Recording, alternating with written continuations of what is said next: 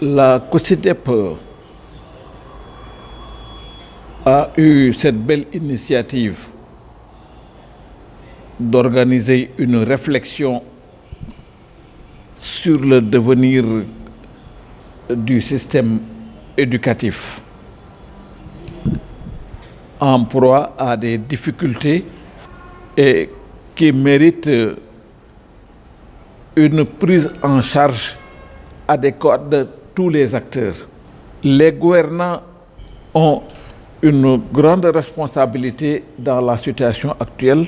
Pourquoi nous n'arrivons pas à signer un pacte de stabilité dans le secteur de l'enseignement?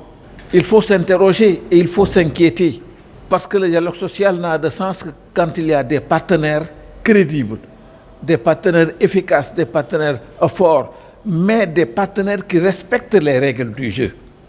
Et c'est dans ce sens que les organisations syndicales ont également leurs responsabilités.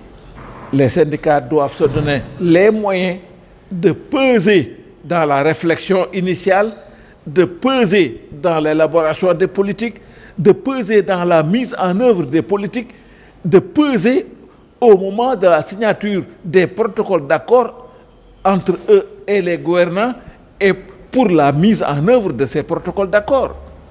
Entre la politique et le syndicalisme, la frontière est difficile à saisir, mais il faut savoir les distinguer.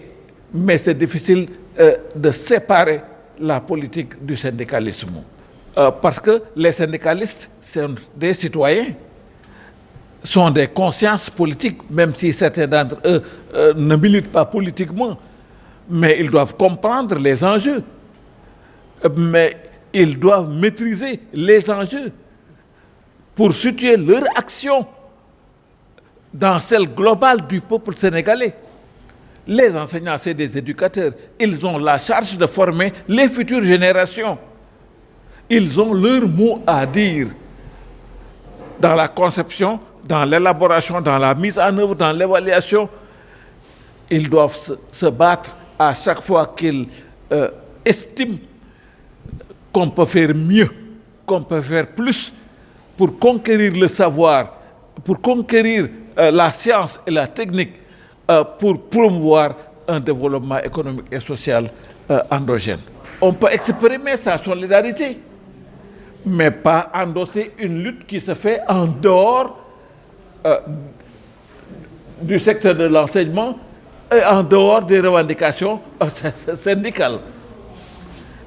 Il faut faire la part des choses. Je dis que le devoir de solidarité peut s'exprimer à tout citoyen qui est dans des difficultés ou qui est en train de mener une action, quelle qu'en soit la nature.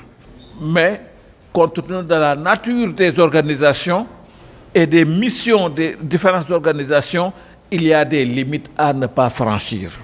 Il n'y a plus de formation politique, il n'y a plus d'éducation syndicale, la société va dans tous les sens, on ne respecte plus les règles, on ne respecte plus les valeurs, et cela rejaillit dans le comportement et dans les discours des uns et des autres.